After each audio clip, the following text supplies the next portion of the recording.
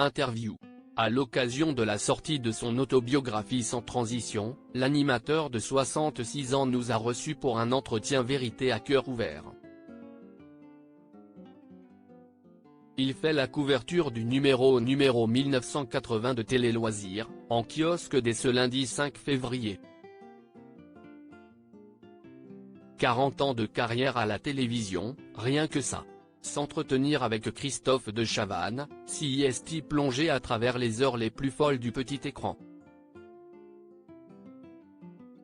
Celle d'un âge d'or aux audiences stratosphériques, où tout semblait possible et où l'argent était roi. Mais pas seulement. En pénétrant dans son bureau parisien, le jour de son 66e anniversaire, pour évoquer la sortie de son autobiographie Sans transition. Notre regard se pose sur un impressionnant tableau représentant un boxeur. La figure parfaite d'une vie et d'un parcours jalonné de gloire, mais aussi de coups et de blessures. Nous l'avons rencontré le temps d'un long entretien à découvrir en une de votre magazine Télé Loisirs N° 1980, en kiosque dès ce lundi 5 février.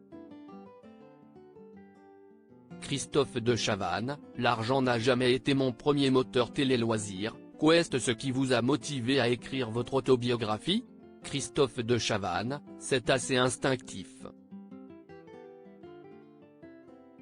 Je suis persuadé que les gens pensent de moi des choses qui sont à l'opposé de ce que je suis. Cette image de Zébulon du PAF à la vie fastoche est remplie de yachts. Je voulais parler de choses graves, des joies mais aussi des peines.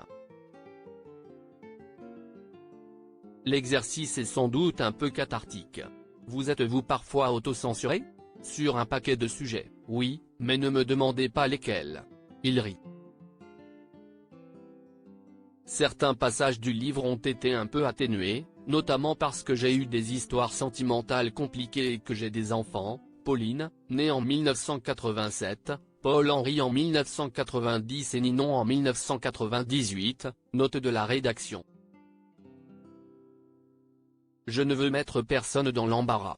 Vous y racontez vos débuts sur TF1 en 1983, à une période où l'argent était roi à la télévision. Vous refusez pourtant de rejoindre la 5, malgré la promesse d'un salaire colossal. Oui. Son patron Silvio Berlusconi m'avait offert 7 fois mon salaire de l'époque sur TF1. Mais il m'enjoignait à présenter mes émissions en smoking. J'ai refusé. L'argent n'a jamais été mon premier moteur. Christophe de Chavannes, aucun animateur n'a connu autant de périodes compliquées que moi. Au fil des pages, vous racontez vos altercations musclées avec Patrick Lelay et Étienne Moujotte, alors à la tête de TF1. Votre franc-parler vous a-t-il parfois joué des tours? Avec ces gens-là, il y avait des épreuves de force permanentes. Mais oui, dire ce que je pensais m'a valu des problèmes. Aujourd'hui encore, les gens de France Télévisions doivent se dire que travailler avec moi doit être compliqué. Je ne suis pas simple, mais pas ingérable non plus. Et l'âge m'a appris à être moins direct. Cette réputation est-elle à l'origine de vos traversées du désert? Je crois qu'aucun animateur n'a connu autant de périodes compliquées que moi. Même si j'ai subi des injustices, j'ai forcément une part de responsabilité dans mes échecs, qu'ils soient sentimentaux ou professionnels. Quand j'ai décidé d'arrêter Ciel, mon mardi, en 1992, note de la rédaction, et Coucou c'est nous, en 1994, je me suis moi-même mis dans la merde. Christophe de Chavannes, je ne me sens pas dévalorisé. Dans quelle époque? Sur France 2, l'histoire difficile de votre père, alcoolique, est très présente dans votre livre. Il est mort à 54 ans, c'est très jeune. Ne laissez pas tomber quelqu'un qui a un souci avec l'alcool, c'est une vraie maladie.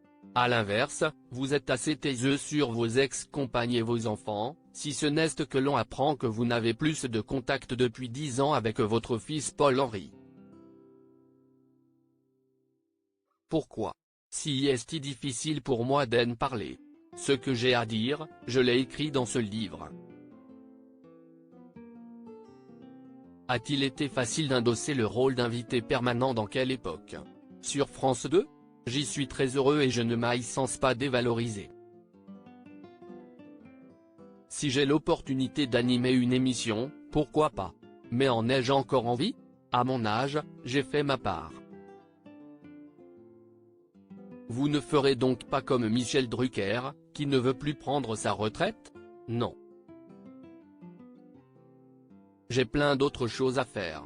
L'intégralité de cet entretien est à retrouver en une de votre magazine télé loisirs N° 1980, en kiosque dès ce lundi 5 février.